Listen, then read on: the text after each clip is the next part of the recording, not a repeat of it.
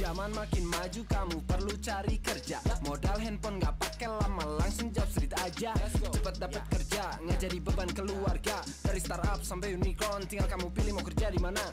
Jangan sampai telat, cari tahu cepat-cepat. Jobstreet Virtual Career, jangan sampai terlambat.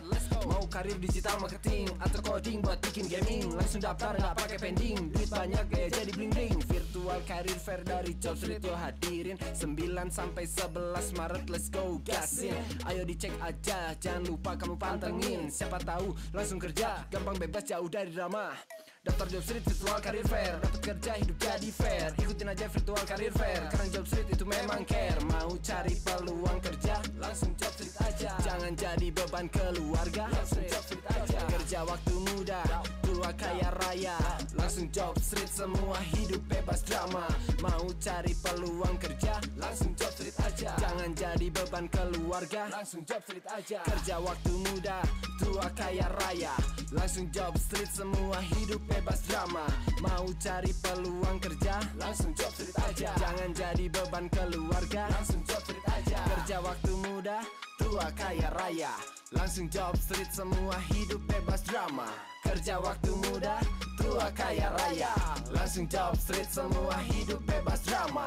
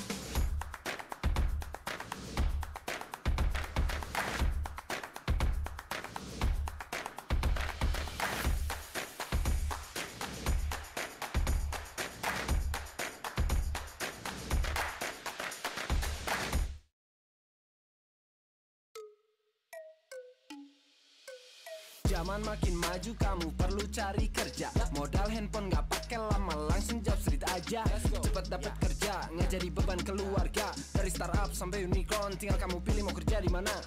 Jangan sampai telat, cari tahu cepat-cepat. Jobstreet Virtual Career, jangan sampai terlambat. Mau karir digital marketing atau coding buat bikin gaming, langsung daftar nggak pakai pending. Duit banyak gaya jadi bling bling. Virtual Career Fair dari Jobstreet yo hadirin 9 sampai 11 Maret, let's go gasin. Ayo dicek aja, jangan lupa kamu pantengin. Siapa tahu langsung kerja, gampang bebas jauh dari drama. Daftar Jobstreet Virtual Career Fair, dapat kerja hidup jadi fair. Ikutin aja Virtual Career Fair, karena Jobstreet itu memang care. Mau cari peluang kerja, langsung Jobstreet aja. Jangan jadi beban keluarga, langsung Jobstreet aja. Kerja waktu muda, tua kaya raya, langsung Jobstreet. Semua hidup bebas drama. Mau cari peluang kerja, langsung Jobstreet aja. Jangan jadi beban keluarga, langsung Jobstreet aja. Kerja waktu muda, tua kaya raya, langsung Jobstreet. Semua hidup bebas drama. Mau cari peluang kerja, langsung Jobstreet aja. Jangan jadi beban keluarga, langsung Jobstreet aja. Kerja waktu muda, tua kaya raya, langsung Jobstreet. Semua hidup bebas drama. Kerja waktu muda, tua kaya raya, langsung Jobstreet. Semua hidup bebas drama.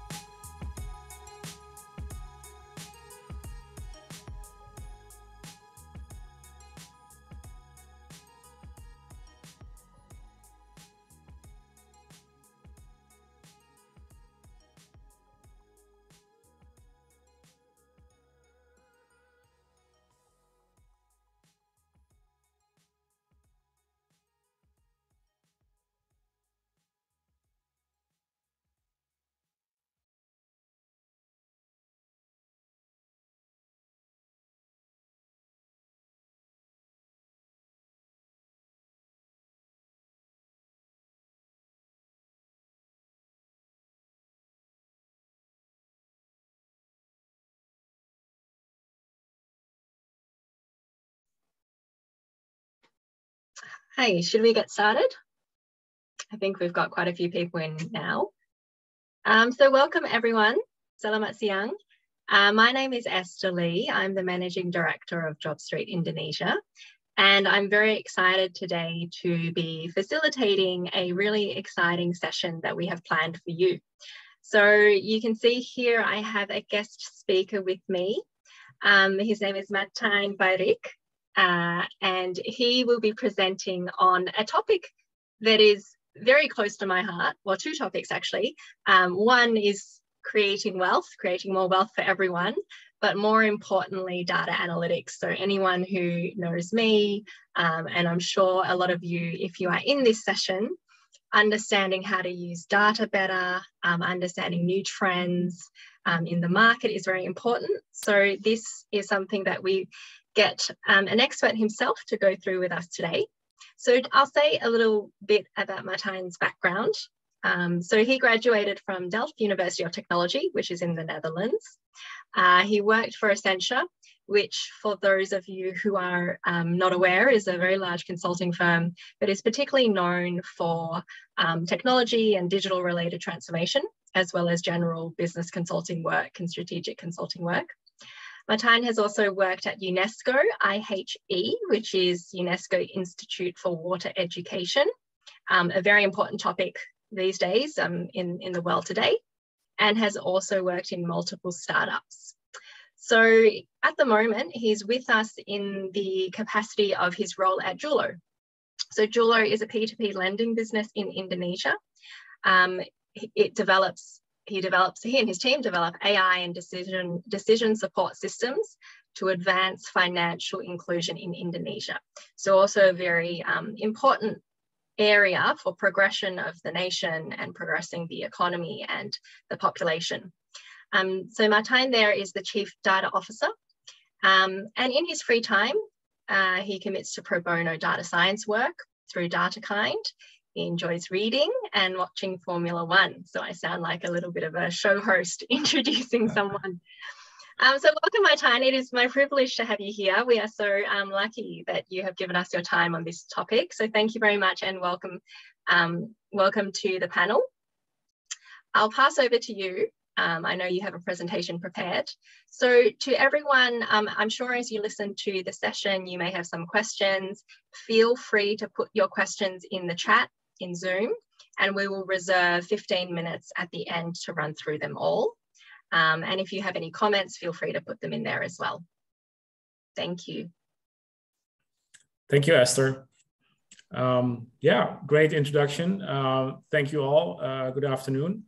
Thanks for sparing your next 45 minutes to listen to me. I hope I can make it interesting.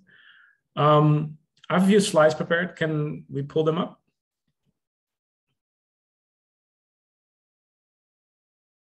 Yeah, thank you. So in the next 30 or so minutes, I want to go through a few topics related to data analytics.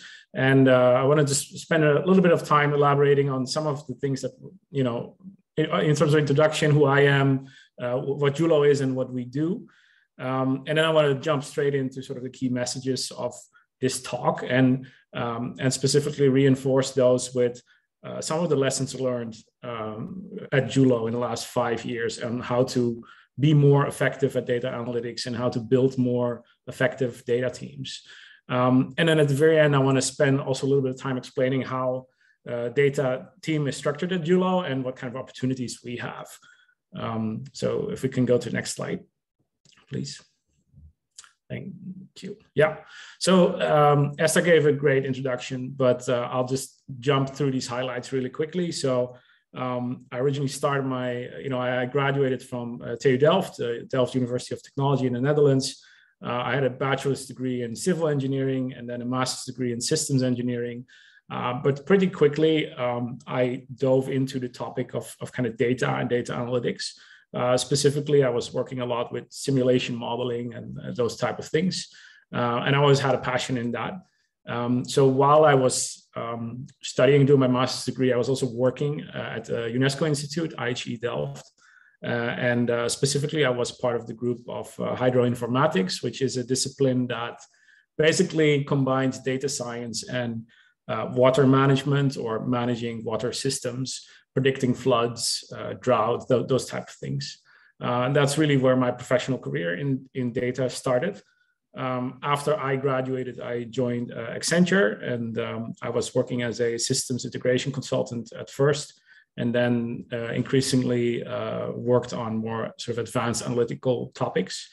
And after a few years, I was, I felt confident, and I started my own consultancy. So SAMPAI Consultants is a consultancy business that I started myself, specifically on this topic of using data and technology to solve kind of larger socioeconomic problems and trying to address those problems in infrastructure, etc.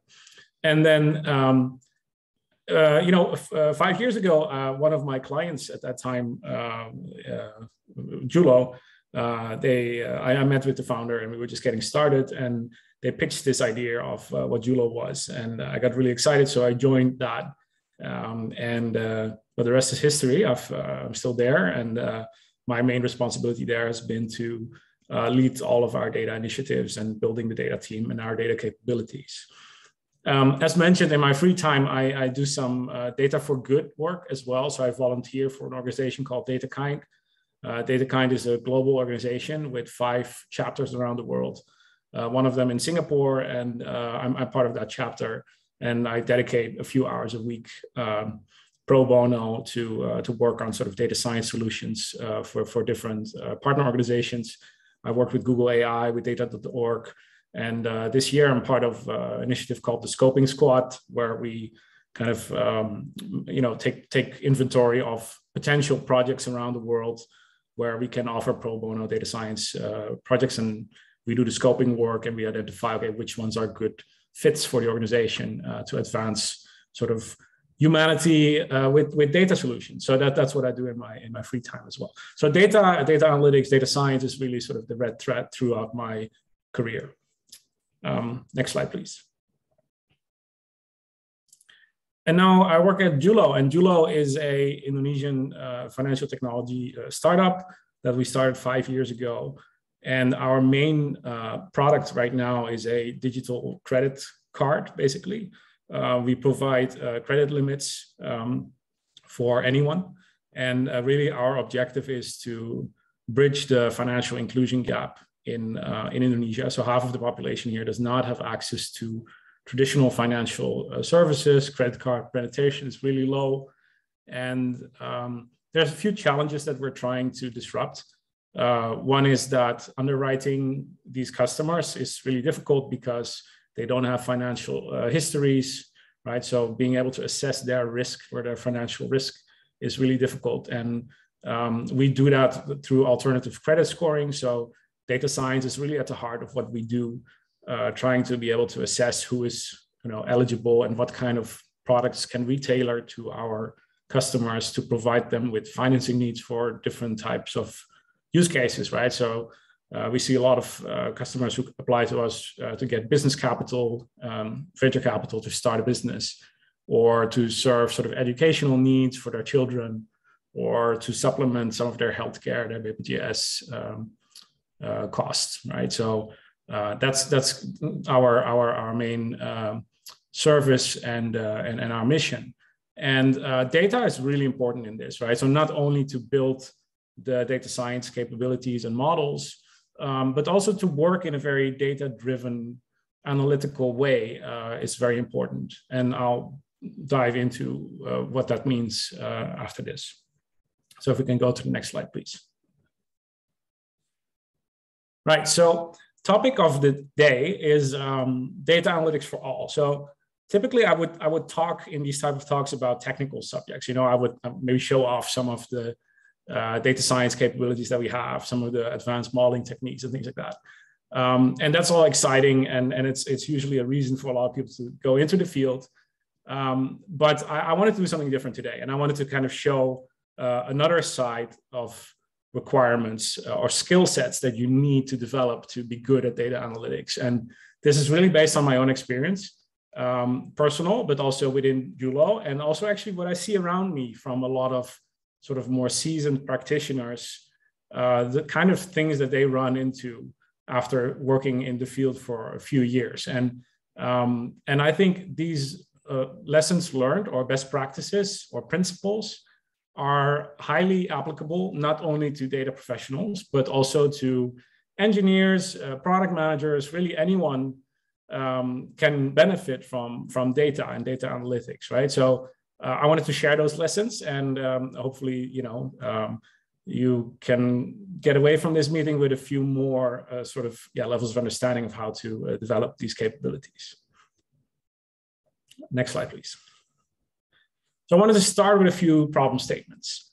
The first is that I think in recent years, data science has exploded, right? And data analytics and data programs. And as a result for this demand of people wanting to learn these things, there's an abundance of programs, courses, boot camps that are online that you can access to learn.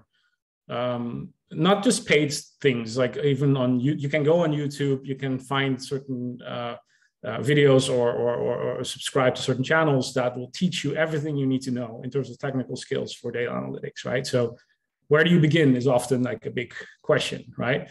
But there's an absolute abundance for that. And as a result, with the demand for a lot of starters to get into the field, there's also an abundance of fresh talent that have completed these programs and that have these kind of skills.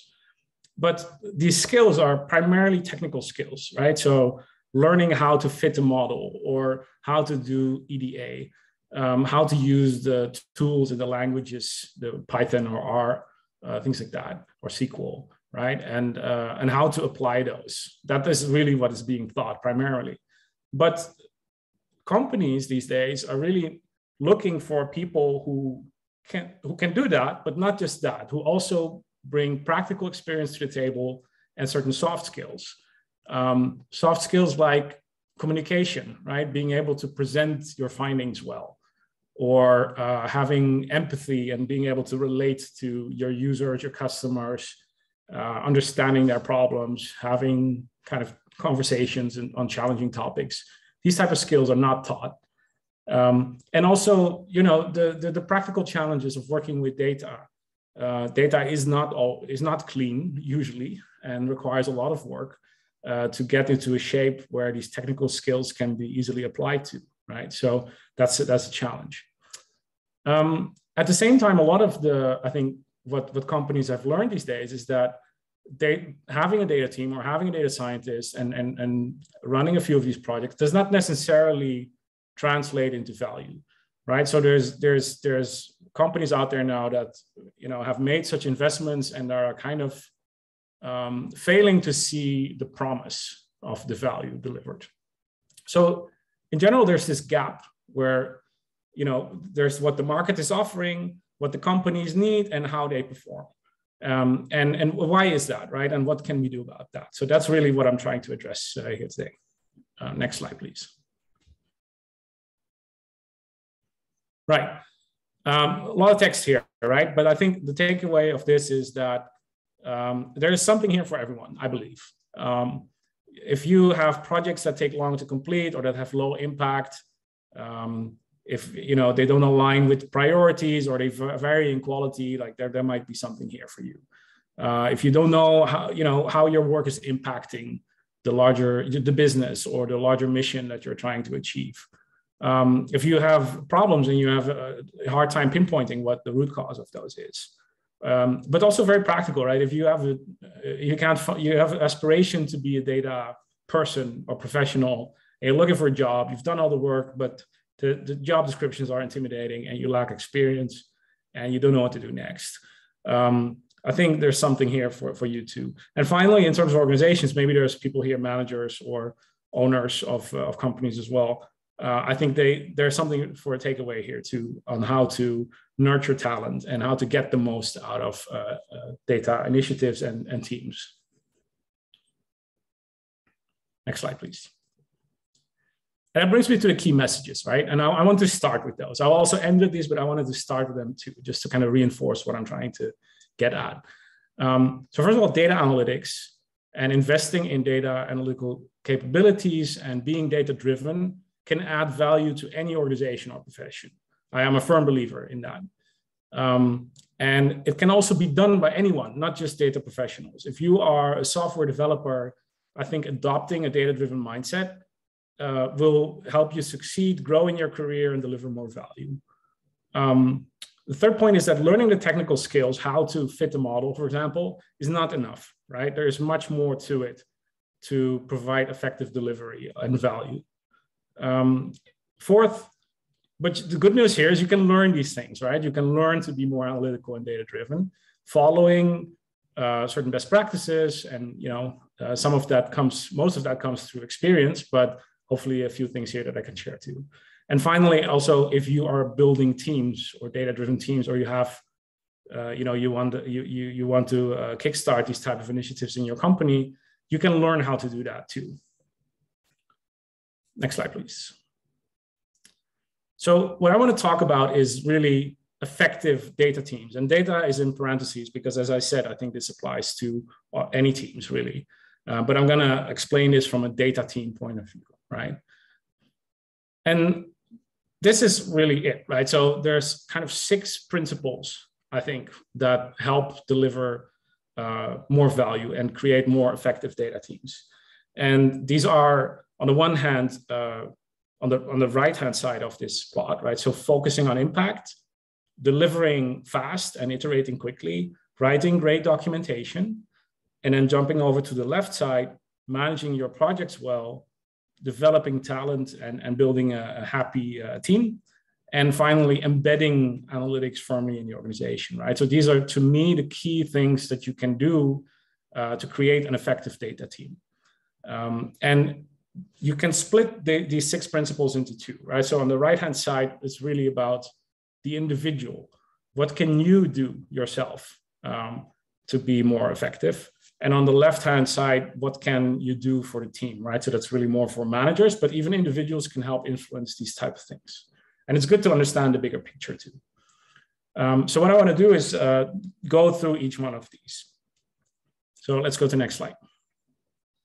So the first one is focusing on impact, right? So let me start with this. What is effective analytics, right? Or what is an effective data team? I think, to me, an effective data team is one that continuously produces high value for the business and does so continuously and also quickly, right? So how do you achieve that? So the first is really focusing on impact. And how do you do that? I think you have to begin with, agreeing together with your organization, with your boss, with your team on clear and measurable goals, right? So what are we setting out to achieve with the business, for example? Second, if you initiate a project of any kind or any sort of initiative, try and spend a few minutes or an hour or a day on quantifying the business impact, right? Try to assess how will this thing that I'm setting out to do, well, what am I expecting of that? Is that going to increase my revenue by 5%? Do I expect my churn to drop by 10%? Something like that, right? But I think giving that some thought about how much you think your initiative is going to contribute to the bottom line is really important, because you need to assess. There's a million things you can do, right, as a business or as a team, and you need to assess what are the high leverage, what are the high impact solutions and initiatives that we're going to take, and this will help do that. And finally, and that's really why 1 and 2 are so important. Whatever it is you do, you should try and move the needle, right? If your initiative or project does not move the needle, and moving the needle, I mean have any sort of relevance in changing your bottom line, then why are you doing it, right? And I think from my experience, I've seen so many of these initiatives where you spend a lot of time with your team on something very fancy, and it really doesn't do that much, right? So is that then the right way to do it? It's really not about doing the fancy things, right? It's doing about the things that deliver impact. So let's go to the next branch. Yeah. So this is all about delivering fast and iterating quickly. And I think this is probably the slide that will be beneficial to most of the people on the call. And I want to split this again into 2 things here, right? So on the one hand, there's really the concept of taking end-to-end responsibility of your projects, of your data projects, right? So you really shouldn't think about a project like your boss telling you, I need a model to predict housing cost in Jakarta or something like that, right? You should not just take that and do that. No, you have to take responsibility from it end to end. And that means starting at the beginning, framing and scoping the problem. Why do you need this, right? Why do you need this? Why do you think that you need this? What problem will this solve? And scoping that out. And scoping is, I think, the most important thing you can do in a data project. It is 50% of the work done. If you can correctly define the problem statement, you're halfway there in solving it, right? And too often, I think these problem statements are skipped or assumed to be true, but you'll find that in 99% of the case, they are not what you begin with. And they can change actually over time as you have more insights from your data, from your interactions with your stakeholders, from the user feedback that you get. You might actually be able to detect, oh, hang on, that's actually not the problem, this is the problem, right? So spending time on defining the problem correctly, framing it correctly, and scoping it out correctly is half of the work. Next is you have to discover, right? You have to be in a mindset of discovery where continuously you are interacting with your users or your customers, and you try and understand what are their pain points, what are the problems that they perceive, and how can you help them, right? And it's about helping them understand what these problems are through data analysis, to this discovery process. And it's a continuous process again, right? Next, now, once you've identified your problem in your problem statement and the needs of the customer or the business, then you need to translate these into data requirements. What data am I going to be able to gather and use to build a solution for this problem? And that's as simple as identifying what data do we have, but then also going into that data and really exploring it and understanding, where did this come from? Is this complete? Can I trust this? What needs to be changed to this, right? Maybe there's missing values, maybe there's outliers. There's all kinds of data quality problems that you might encounter. So, exploring and assessing this data is super important. And you want to do that frequently, right? Because data changes over time often too, if you collect more over time. The next point is about measuring success, right? So just as important as defining your problems at an early stage correctly, you should also think about what does success look like and how do I define that? And often you do that through defining success criteria for your project. So as an example could be for my model that I'm going to make to predict housing prices, right? Maybe I want that model to, there could be model metrics, things like I want the accuracy of this model to be within, let's say, 1 million rupiah of the estimation, something like that. If anything beyond that, it's not going to be successful. Anything below that's going to be successful. But it's also less technical success criteria that you need to define, right? So you might think like, okay, I want to use the output of this model has to be used by the business in 50% of the purchases that we're going to make, right? Of the investments that we're going to make. That is a business success criteria that you need to define. And if you don't do that, you'll never know when you're done and you'll never know how well you did, right? So I think that's key in a data-driven approach, that you define success criteria.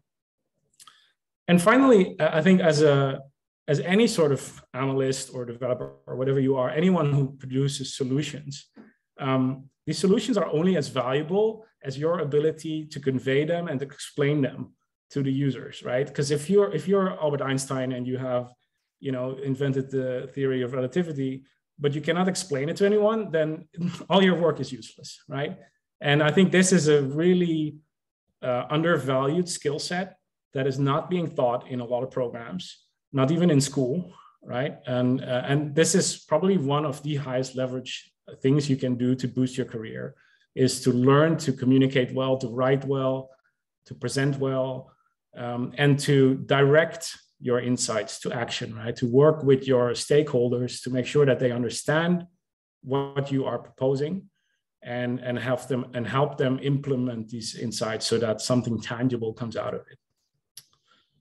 Now I want to jump to the second branch here, which is, now that you know how to do that, you're going to be doing that a lot. So you really want to develop tools to make that easier, right? You want to reduce the friction of the end to end.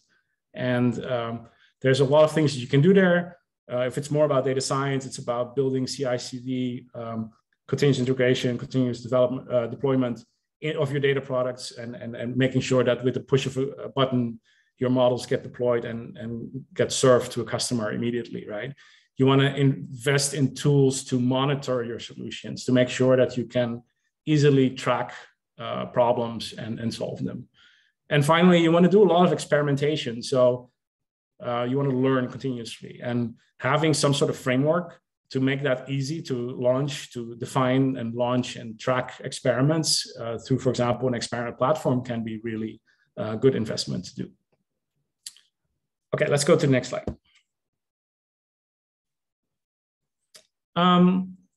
Documentation might be a strange one here. I think it's not typically something that you hear when you talk about data analytics, but I think it's absolutely key. So many problems that we have had, or I've experienced myself, have to do with lack of documentation, or documentation that is not well written, or documentation that cannot be found. And that's really the three suggestions here that I have. One is like, whenever you're working with data, make sure that you keep a dictionary, a data dictionary that explains what the data is, how it was collected, what the fields are, what are sort of the expected value ranges, So you don't need to explain this to anyone else who onboards new onto a project. But it's also a service to yourself, because 6 months from now, you might actually not remember this data source and what it was. And you'll save yourself a lot of headache by maintaining a good data dictionary. Second, every product, every solution that you build, document it. Explain why you built this thing. What was the problem that we were trying to solve? What were the success criteria that we defined? Again, you're doing yourself a service to creating that. And finally, if you have all this documentation, you want to make sure that people can find it, right? So again, this is something that we discovered ourselves in the course of 5 years, that no matter if you write a lot, it will also be difficult to retrieve those things, right? So investing into some sort of system, a wiki or something like that to make your documentation discoverable is key. Next slide, please. So this is about more the sort of managerial side of things, right? But as an individual, you can contribute to this too. I think good project management is absolutely key to being effective as a team. And there are three messages here that I want to convey. The first is about responsibilities, right? So who owns this project, and make sure that they can see it end to end. And what has really been helpful for us is working in a sort of this pilot, co-pilot fashion, where you have one person who is responsible for the project, but they're supported with a co-pilot who acts as a sparring partner, someone that you can communicate with on a day-to-day basis. You can bounce ideas off, but also someone who can take over if you are sick or have other things that require your attention, right? So working in a sort of pilot, co-pilot fashion can be really beneficial. Second, organizing people and by goals and not by function, I think is an important lesson that we have had. So we have a large data science team at Julo, but it's not one team that just takes all projects, right? We dedicate each of our data professionals into cross-functional teams with a very clear objective, with very clear metrics, with very clear success criteria, and they're contributing as a team to achieve those. Third, time boxing. So a lot of data work is very exploratory and researchy in nature, and it's very easy. It's an infinite process. You can always discover more. You can always research more. And it's very easy to go down the rabbit hole and spend a lot of time on initiative that way. And the longer you wait, the longer your customer waits, and the longer the business waits before they get the value that they were promised, right? So the concept of time boxing is literally to say, okay, for this first phase of the project where we're going to scope, we're gonna take 2 weeks for this, right? And that's going to be our focus. And after 2 weeks, we drop everything, and that's it. Then we move on to the next thing, right? And anything that hasn't been explored or might be potential, that's for another time, right? But time box your initiatives. I think it's key not to get stuck in that rabbit hole. And fourth, and finally on this slide, is adopting sort of a standard project methodology. So all these steps from scoping to data exploration to building your first projects to communicating that and implementation. If you have clear sort of process with clear checkpoints and clear requirements for what you are going to deliver in each of these, is really helpful because one, you will not forget important steps, right? So success criteria, for instance, right? There must be an artifact that explains those. You'll never forget about them that way. Two, it makes it highly predictable, I think, for your users and for the team and your managers as to where you are and what still lies ahead. And it just makes things so much easier to follow a standard project methodology. So I highly recommend either using something that's out there like Crisp DM or Assist DM or this sort of standard modeling methodologies. They can be great sort of starting points for that. Next slide, please.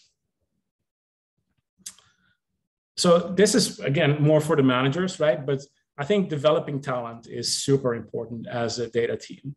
It's not, it doesn't end with recruiting a good person. It only begins.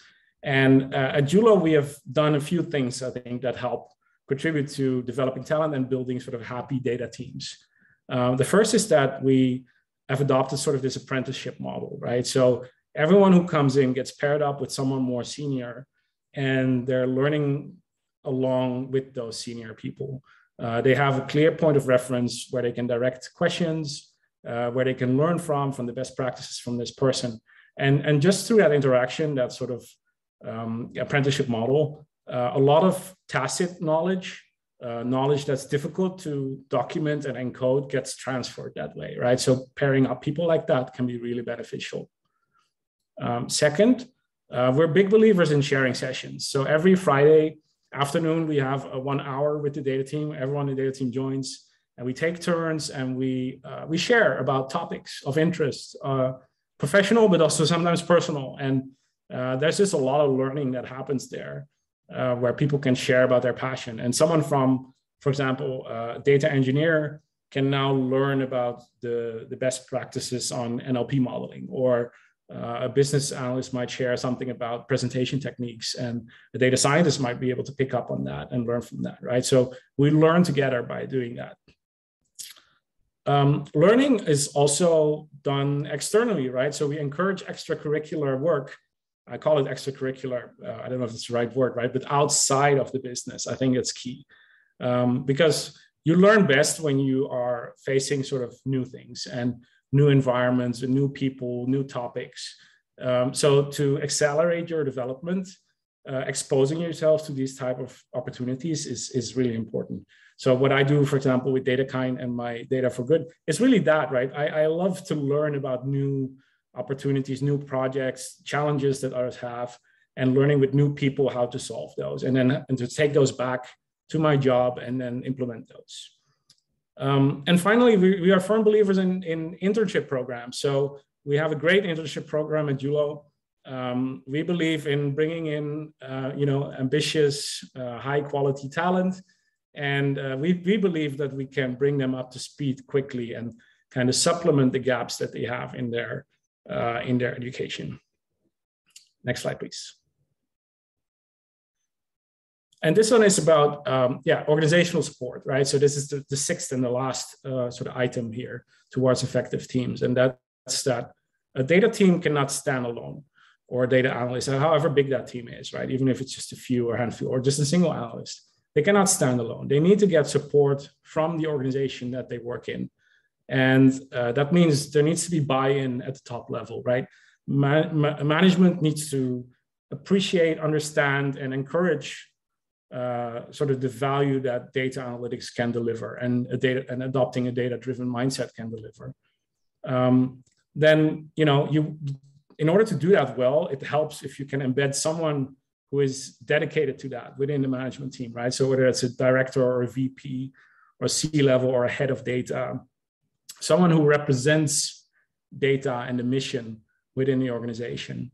And finally, that person should have a strategy, right? It's about understanding the gaps of the organization and how to address those with a longer term set of initiatives. Next slide, please.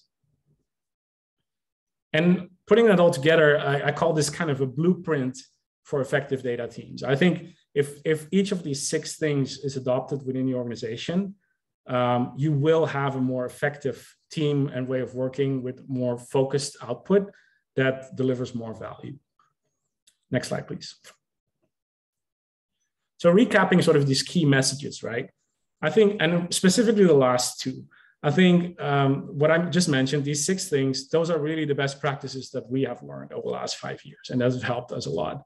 And I would highly encourage anyone listening to this and who has the ambition of being more data-driven to try and adopt at least 1 or 2 of these points that I mentioned. And I think you'll see a benefit for sure in becoming more data-driven and more value-adding to your teams and organizations. Next slide, please. So to conclude my presentation, I wanted to also briefly talk about the team itself at Julo, right? So right now, if you go to the next slide, please. Data is, we have a team of 21 right now for dedicated to data, and it's split across 4 sub-teams. Data science, data engineering, data analytics, and business analysis. And each of these teams has a very specific focus in the sort of data lifecycle, I would say, right? So the data science team is primarily focused on building ML and data products. They're really ML engineers, is another way of saying, right? They also design experiments and they run experiments. They also derive new data. So they take data that we have and they enrich that, whether that is through output from models or algorithms, or whether that's just creative combination of data points to derive new data with new value. Then there is data engineering. Their primary responsibility is managing the infrastructure. So data has to go from, comes from many places, and we ingest that into a single warehouse, a data warehouse, a single repository that stores all of our data. And getting the data from A to B is really the main responsibility from the data engineers, right? Building pipelines to make sure that data flows nicely, timely, making sure the data is of high quality along the way and goes through the transformations as necessary. But they also help in building tools for other data folks. So really that point of automating more of the workflow and making people, making people's lives easier so that they can deliver value faster and more repeatedly. Data analytics is about managing the data itself. So data itself is an asset, right? Just like a house is an asset. If you own a house, it's an asset, and you want to take care of that, right? You have to maintain it. You have to make sure that it stays in nice shape, because data can also deteriorate in quality, right? So you want to invest in maintaining that. And typically that's done through maintaining data models. So converting this data into something that is ready for consumptions for analytical use or otherwise. That's the main responsibility of our data analytics team. And they also create dashboards and they present this data for consumption to others. And then finally, there's business analysis, and those are really our in-house consultants. So they support in day-to-day decision-making with our end users. They frame business problems, they design metrics, they troubleshoot things, and more importantly, they present solutions. And they are really the ones who help translate sort of these insights into action. Next slide, please. So if anything of this was interesting to you and you want to learn to be more data-driven, we are hiring, and we have, as you can see, a lot of different opportunities there on all of our teams. So on the data team itself, we're looking for data scientists, analysts, data engineers, but also interns. We have some spots there now available. So if that's interesting to you, you can apply. Also on our engineering and our product teams, we have openings. Again, I think this is not limited. What we do here, what I presented here today, is not limited to the data team. We try and encourage all of these practices across all of the teams. So if you are an engineer who wants to be more data-driven, Julo might be a good place for you. And the same is true for products. So we're looking for product managers and we're looking for fraud specialists to help us out in our growth. So yeah, feel free to reach out to our email, recruitment@julo.co.id. I'm also happy to always connect with you on LinkedIn and answer questions that you might have. You can find my link there as well. So that's all from me. Thank you very much for your patience and your attentions. And I think we still have some time left for questions. Yeah, we do. Thank you so much, Martijn. That was very, very interesting. A lot of good sharing that is not just relevant to people from data background, but people who might not be from a tech industry, but trying to find ways to use data in a more useful way in their work. So we do have a few questions in the chat, so I will run through them. So the first question from Daniel, he's got two sub-questions quite similar. It's, what is a good strategy for someone who's trying to get involved or become a data analyst, and how they can best be successful? And closely with his second question is, can you pursue that pathway if you may not have the necessary bachelor's degrees? Yeah, good questions and very common questions, actually. And let me start with the second one. I think academic credentials are telling of someone's ability to, to ask good questions and to do independent research and things like that. So we look at that for that reason, but it's not a strict requirement, I would say. for being a good data scientist and being able to deliver value. I think a lot of the best data scientists today never studied that, including myself, right? So academically, I never studied data science. It's something that I picked up myself along the way, learning by myself. And I think most of my colleagues in the field did it the same way, because if you go 5-10 years ago, none of these programs existed, right? The data camps and the Coursera's and these type of programs, they weren't around. So it required self-education anyway. So I believe that that's not necessary.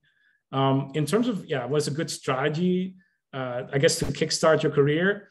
I would say, I know I've been saying that technical skills are not everything, right? But they are definitely important, right? So you do want to do those things, but you also want to invest in other skill sets. And sometimes it's a bit of a bootstrapping problem where, how am I going to get working experience if I can't get a job? It's a good question. But I think there's a lot of opportunities out there these days to do projects of your own.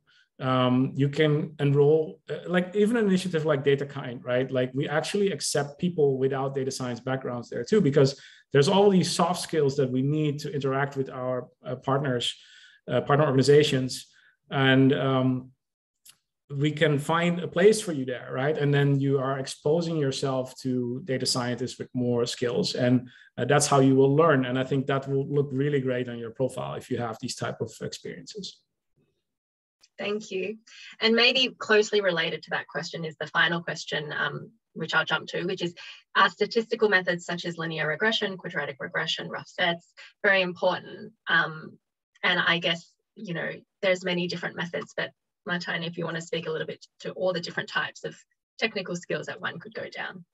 Yeah, I think the more specific you become and the more specific the problems are that you solve, the more these things start to matter.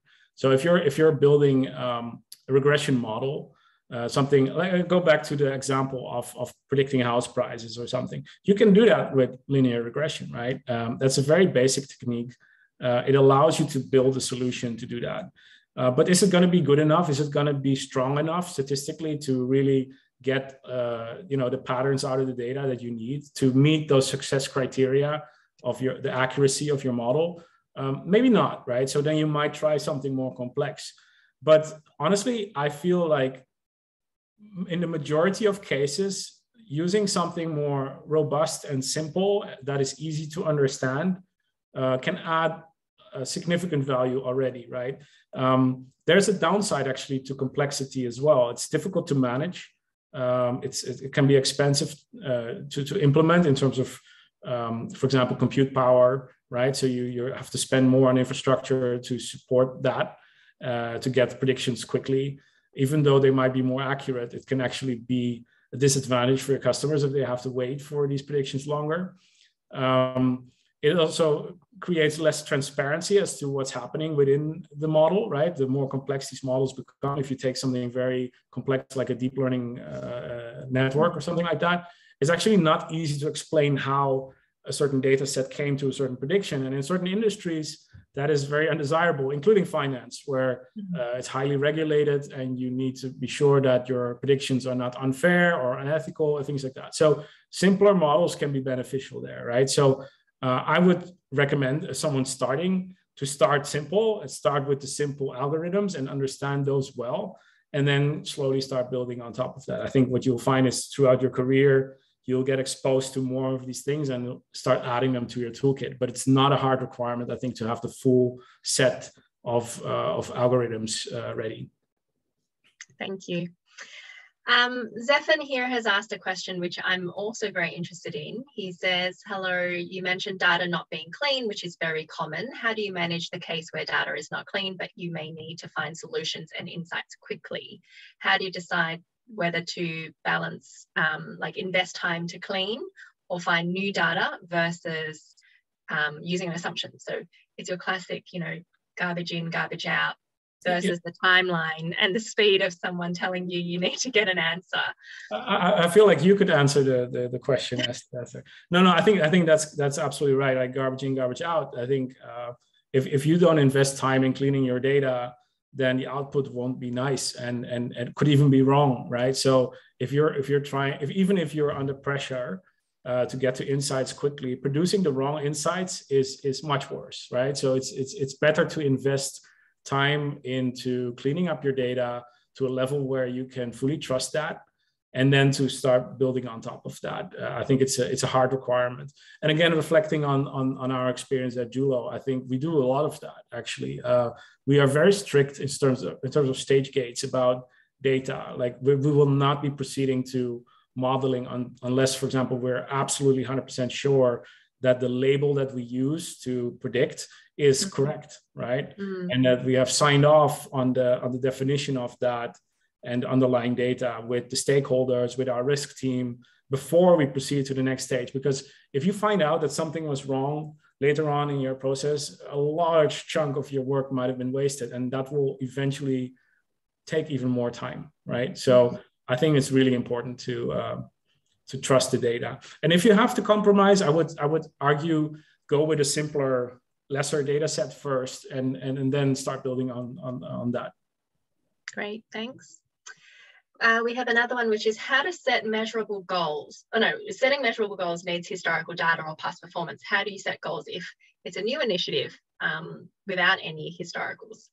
Yeah, good question. So I think I'm assuming here goals in terms of model performance, right? Because there's also goals in terms of business goals. I think business goals themselves don't necessarily require past historical data. Like you have a pretty good idea of what you want to achieve in a year.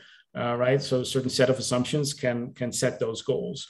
But if it's more about you're starting to build a model for the very first time, and you have no idea what it's going to do or how well it can perform, then yeah, that might be a bit tricky. But there are tricks to that.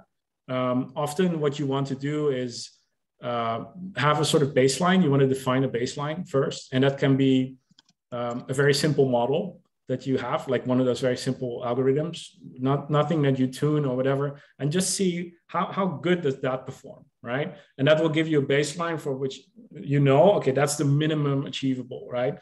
So that's one way. Also, if you don't have that kind of data or whatever, what you can do is actually use humans as a proxy. So often when you build systems to predict things, you're trying to mimic sort of human level performance. Let's say the classification of, I don't know, a silly example, right? Like an image classifier that detects dogs in pictures or something like that. Humans can do really well at that. And often you wouldn't want a solution that does a lot worse than that, right? So that's kind of the opposite. Like, okay, that's the ideal baseline that we want to achieve. And you can go from that. The final thing I think that's important when setting goals is also trying to relate it to, like, especially in business, to some sort of revenue metric or something like that, something that you have to achieve for your business, right? And you can translate these model metrics into how they will impact your business metrics. And then often the business metrics actually will kind of limit to, put requirements onto what your model metrics will be. Sure, thank you. Okay, just time for one last question, which is very similar to the first, but what is the basics of becoming a data analyst and what tools can we use to learn data analytics? Okay. Well, so I know there's a famous picture with a Venn diagram of what a data scientist is, right? So you need to have business knowledge and technology knowledge and statistical knowledge. And then, the unicorn data scientist is somewhere in the middle that can do it all. I think that's always a bit tricky, that image, because it presumes that everyone needs to be this unicorn who knows it all. And the reality is that that's very difficult to find, and it's very difficult to achieve, right? So I'm a firm believer in creating teams with people who have different skill sets, who together produce that area in the middle of this Venn diagram. Now, having said that, there are a few, I think, fundamental skills that you would have to learn. And let me go through the three, right? So in terms of business, understanding how businesses work, how to calculate revenue, understanding sort of the levers of what is cost and what brings in money, and what are the operations and how do they work. understanding fundamentally of a business itself is important. And you can learn that fairly easily by studying articles online of different businesses of interest. In terms of statistics, I think the basic things that you need to understand are measures of variance, things like what is variance, what is standard deviation, aggregation metrics, or like what is the mean, the median of a data set, understanding a little bit about probability and statistical testing, hypothesis testing. What is a hypothesis test? P-values, how to interpret experiments, things like that. I think that's the fundamental basics you need to understand.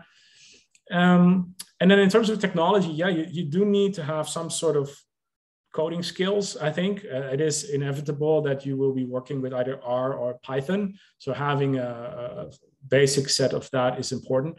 But if you're more of seeking more of an analyst role, those tools might be actually too much already, right? So I would highly recommend learning SQL. I think SQL is the language of interacting with data these days. It's really revived in recent years. There's a lot of technology now that's based on SQL technology. Most companies have their data in a SQL database. I think being able to access data is the most crucial thing to work with data. So if there's anything you had to pick, I would start with SQL. Great, some great advice there. Thank you so much. I think Sunny, are you? Yep. Hello. Hi. Yeah, we're gonna take a group photo with the participant. So you can open your camera.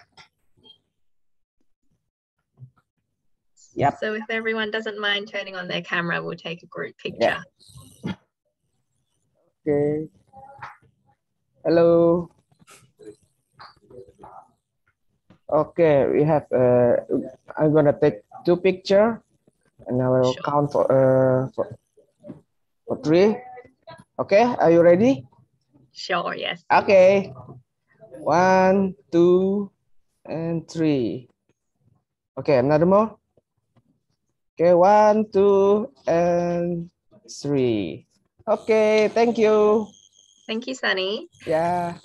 Thank you. And thanks everyone for the questions. There's actually probably a lot more questions that we could spend hours and hours discussing on this topic, but we should let Martijn go. So thank you so much for taking the time to speak with us and also to share some of your insights on this really interesting and important topic. I think there's a few key takeaways for me from your session. One is that you pointed out that data and being good at using some data-driven insights can be done by everyone, no matter what your technical background, no matter what team you are in today. It is very possible for everyone to do a little bit more in this area. And I guess the second one is that data is always supplemented with, context, and you mentioned empathy and soft skills and, experience. And that's also very important because people can come from all different backgrounds, and that human element helps ensure that the data tells the right story. So a lot of, I think, very important things that we can take back to our work, our pro bono work, our hobbies and things, and hopefully make everything a bit more interesting and insightful. So thank you so much for your time. It was great to have you. Hopefully we have your ads on Jobstreet as well, so we can see you fill those roles, those very important roles, very quickly. And we look forward to seeing you very soon and seeing the success of Julo. Thank you very much for the opportunity. Thank you. Thanks, everyone.